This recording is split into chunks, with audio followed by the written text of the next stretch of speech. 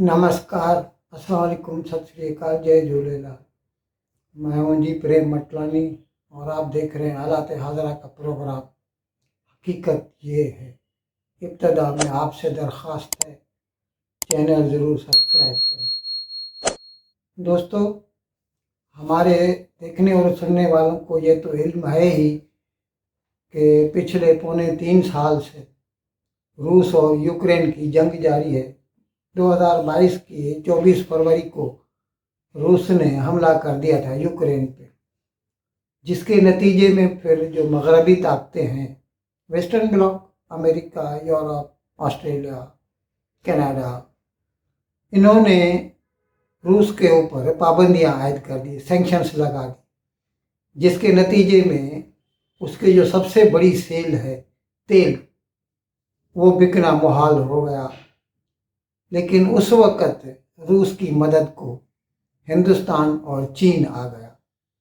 हिंदुस्तान जो कि इससे पहले, यानी रूस यूक्रेन जंग से पहले सिर्फ 0.3% तेल खरीदता था रूस से, उसने अपनी तेल की खरीदी बढ़ा दी रूस से, और आजकल तो तकरीबन 35% तेल भारत जो है वो रूस से खरीदता है। अब जाहिर है, इसमें पहले जब कम लेता था तो उसकी भी एक वजह थी, क्योंकि लॉजिस्टिक्स परमिट नहीं करते, बहुत दूर पड़ता है, वो घूम घूम के आना पड़ता है। सॉरी। खैर, उसके लिए भी एक हमने प्रोग्राम किया था, बताया था कि किस तरह एक नया रास्ता ढूंढ के निकाला है कि वो जो बंदरगाह है रूस की व्लादिवोस्तोक, वहाँ पर भारत ने इंफ्रास्ट्रक्चर रेज किया है और उस बंदरगाह से पैसिफिक के रूट के थ्रू भारत के चेन्नई बंदरगाह तक तेल पहुँचता है, और फिर दूसरे बंदरगाहों तक भी, जैसे कि रिलायंस की जो सबसे बड़ी रिफाइनरी है भारत में, दुनिया की सबसे बड़ी रिफाइनरी है ये, जामनगर में, वो वेस्ट कोस्ट पे है। गुजरात तो भारत के मगरब में पड़ता है, तो वहाँ तक भी पहुँच जाता है। तो हमने आपको बताया था कि किस तरह भारत ने दुनिया की या मगरबी दुनिया की जो सैंक्शंस लगाई गई थी उनको नज़रअंदाज करते हुए रूस से तेल लेना बढ़ा दिया।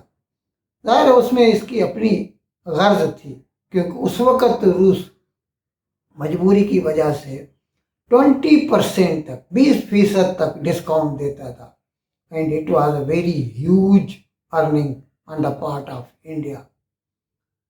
ये अलग बात है कि फिर आहिस्ता आहिस्ता करके रूस ने नए खरीदार ढूंढ लिए और वो अपना डिस्काउंट कम करता गया। लेकिन अब भी, even till today, it offers a 5% discount as compared to the world prices।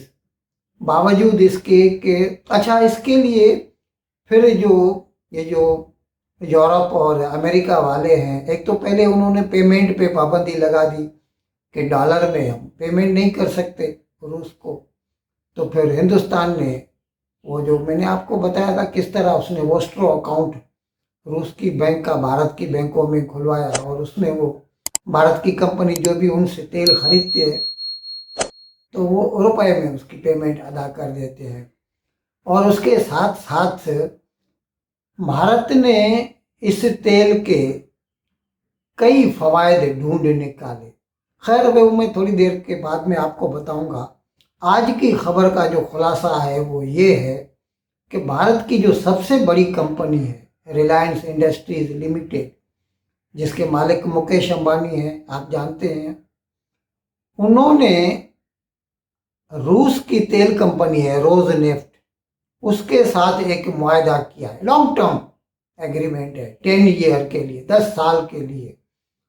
और हर रोज भारत की ये कंपनी रिलायंस जो है, वो रूस की कंपनी रोजनेफ्ट से हर रोज 10 लाख बैरल तेल खरीदेगी।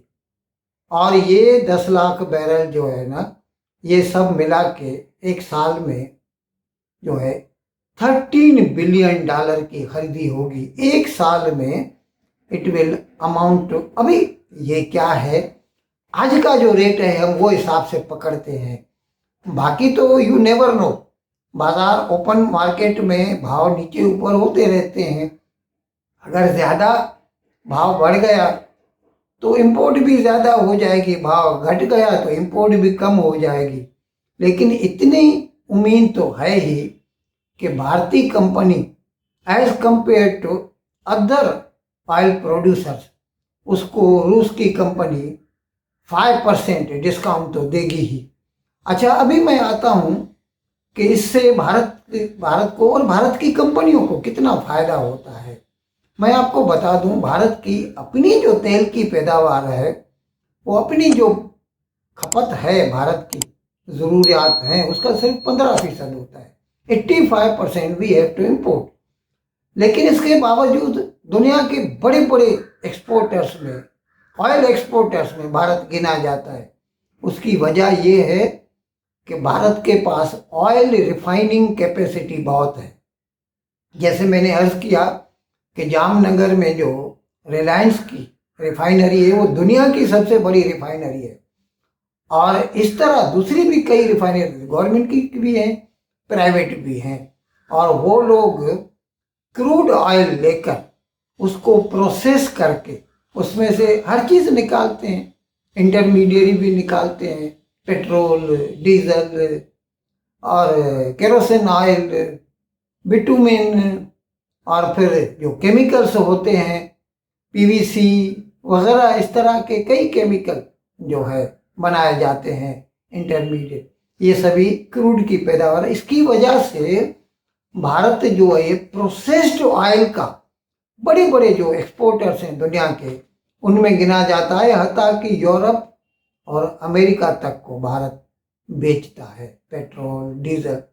जाहिर है, भले ही अमेरिका भी खुद बहुत तेल निकालता है, क्रूड ऑयल वहाँ पर भी बहुत है, they are very much self sufficient, they don't have to import oil from outside. लेकिन उनकी रिफाइनिंग कैपेसिटी इतनी नहीं है, तो इसके लिए they have to import processed oil from outside, and there in comes the role of Indian oil companies, oil marketing companies. अब यहाँ पर ये बात का भी खुलासा करना मैं ज़रूरी समझता हूँ। आइंदा माह रूस के सदर जनाब व्लादिमीर पुतिन भारत आ रहे हैं सरकारी दौरे पर जनाब मोदी से मुज़ाकरात करने के लिए। ये उसके लिए एक ग्राउंड वर्क हो रहा है, ताकि जब वो दोनों लीडरान आपस में मिलें तो इन बातों का ऐलान कर सकेंगे कि ये जो एग्रीमेंट्स हैं, जैसे अभी रोजनेफ्ट और रिलायंस इंडस्ट्रीज का एग्रीमेंट है $13 बिलियन पर एनम, कोई छोटा नहीं है एग्रीमेंट। इसी तरह सुखोई के 30 जहाज भारत में बनाए जाएंगे, हिंदुस्तान एरोनॉटिक्स लिमिटेड, तो उसमें भी 50% जो है ना भारत खुद बनाता है, उसके जो पार्ट्स हैं 50% we have to import from Russia. इस किस्म के जो एग्रीमेंट्स हैं ना, उनको इनकी जो मुलाकात होगी उसकी कामयाबी के तौर पर पेश किया जाएगा कि देखिए दोस्त मुमालिक हैं, हमने कैसे कैसे नए नए मुआहदे किए हैं, करार तय पाए हैं, और इससे हम कह सकते हैं कि भारत और रूस की जो दोस्ती है वो और आगे मजबूत होगी। इन अल्फाज के साथ आज का प्रोग्राम ख़त्म करने की आपसे इजाज़त चाहता हूँ, लेकिन विदाई लेने से पहले एक मरतबा फिर आपसे मेरी दरख्वास्त है कि जिस किसी साहब या साहिबा ने अब तक हमारे इस चैनल को सब्सक्राइब नहीं किया, ज़राए करम इसको जल्द से जल्द सब्सक्राइब करें, प्रोग्राम को लाइक करें, शेयर करें और घंटी का बटन दबाना न भूलें। बहुत बहुत शुक्रिया। खुदा।